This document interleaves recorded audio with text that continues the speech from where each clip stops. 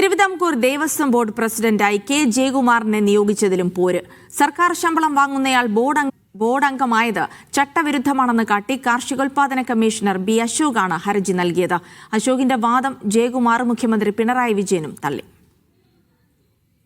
സർക്കാരിനെതിരെ പോര് തുടരുന്ന ബി അശോക് അടുത്ത പോർമുഖം തുറന്നത് ദേവസ്വം ബോർഡിൽ. IMG ഡയറക്ടർ പദവിയിലിരിക്കുന്ന കെ ജയകുമാറിനെ തിരുവിതാംകൂർ ദേവസ്വം ബോർഡ് പ്രസിഡന്റാക്കിയത് ദേവസ്വം ചട്ടങ്ങൾക്ക് വിരുദ്ധമെന്നാണ് ഹർജിയിൽ ചൂണ്ടിക്കാണിക്കുന്നത്. അതിനാൽ അയോഗ്യനാക്കണമെന്നാണ് ആവശ്യം. ഞാൻ പറയുന്നത് വലിയ അപാകതയാണ്. കാരണം ദേവസ്വം ബോർഡിന്റെ ദൈനംദിന പ്രവർത്തനം ഗവൺമെന്റിന്റെ നിയന്ത്രണത്തിലാൻ വരും. കാരണം ഗവൺമെന്റ് സർവന്റ് എന്നുള്ള നിലയ്ക്ക് നിങ്ങൾക്ക് ഗവൺമെന്റിന്റെ വാക്കാലോ അല്ലാതെയുള്ള ഒരു നിർദ്ദേശത്തെ ലംഘിക്കാൻ സാധിക്കില്ല. ഗവൺമെന്റ് ശബരിമലയിൽ ഇന്നിപ്പോ ഇങ്ങനെ ചെയ്യണം എന്ന് പറഞ്ഞു കഴിഞ്ഞാൽ ഞാൻ ചെയ്യില്ല എന്ന് പറയാൻ സാധിക്കുമോ? Institute of management in governance അഥവാ IMGയിൽ നിന്ന് ശമ്പളം വാങ്ങുന്നുണ്ടെങ്കിലും ദേവസ്വം ബോർഡിൽ നിന്ന് ശമ്പളമോ ആനുകൂല്യങ്ങളോ കൈപ്പറ്റുന്നില്ലെന്ന് കെ ജയകുമാർ വ്യക്തമാക്കി. തടസ്സമല്ലെന്നാണ് എനിക്ക് തോന്നുന്നത്.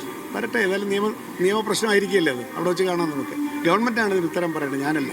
ബി അശോകിനെ കുറ്റപ്പെടുത്തി മുഖ്യമന്ത്രി തന്നെ കെ ജയകുമാറിന് സംരക്ഷണം ഒരുക്കി. ഇദ്ദേഹവും ബോർഡ് അംഗങ്ങളും തമ്മിൽ എന്തോ അസ്വാരസ്യമുണ്ട്. അങ്ങനെ ഒരു കാര്യമില്ല.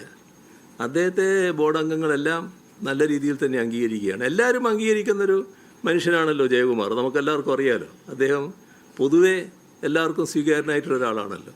ബി അശോകിന്റെ ഹർജി ഫയലിൽ സ്വീകരിച്ച കോടതി കെ ജയകുമാറിനും സംസ്ഥാന സർക്കാരിനും ദേവസ്വം സെക്രട്ടറിക്കും നോട്ടീസ് അയച്ചു. ജനുവരി 15 കോടതിയിൽ ഹാജരാകാനാണ് നോട്ടീസ്. മീഡിയ 1 തിരുവനന്തപുരം.